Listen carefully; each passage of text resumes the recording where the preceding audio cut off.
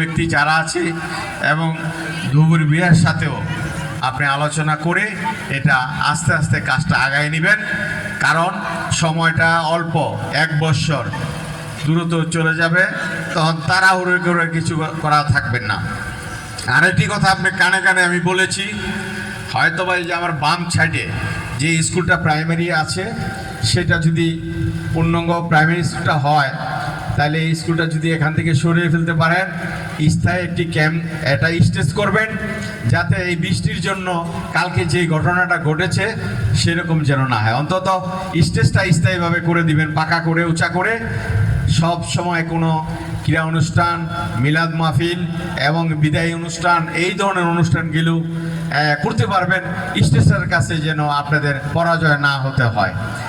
সামনে কাপড়ের ব্যবস্থাটা করলেই হয়তো 1 ঘন্টা আগের থেকে করলেই করতে পারবেন, ভয়ের কোনো কারণ থাকবে না তুফানের জন্য, বৃষ্টির জন্য, ঝড়ের জন্য। তাই আমি অনেক কথা বলে ফেললাম, যদি আমার কথায় কোনো ভুল ত্রুটি থাকে আমি আল্লাহর হস্তে ক্ষমা চেয়ে নিচ্ছি। আমি আবার আসবো আপনাদের মাঝে।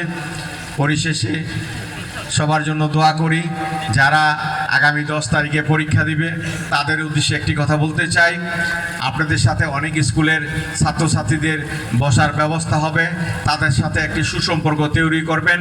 হয়তোবা আপনি একটি প্রশ্নে একটু লাইন থেকে গেছেন, যদি ওনার থেকে একটু হেল্প নেন হয়তো আপনি একটু সার্থক হতে পারেন।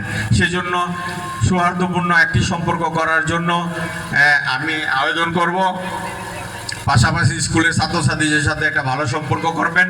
কেন্দ্রে ওই সময় আপনাদের বন্ধুবান্ধব তারাই, আপনার পাশের লোকেরাই আপনার অনেক ধরনের উপকার করতে পারবে, তার দ্বারা আপনি 2টা মার্ক পেতে পারেন।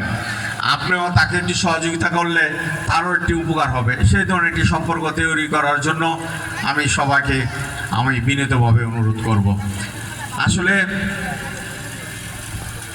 পরীক্ষাটা 10 বছর পরে অনেক কষ্টের ফসল, সেজন্য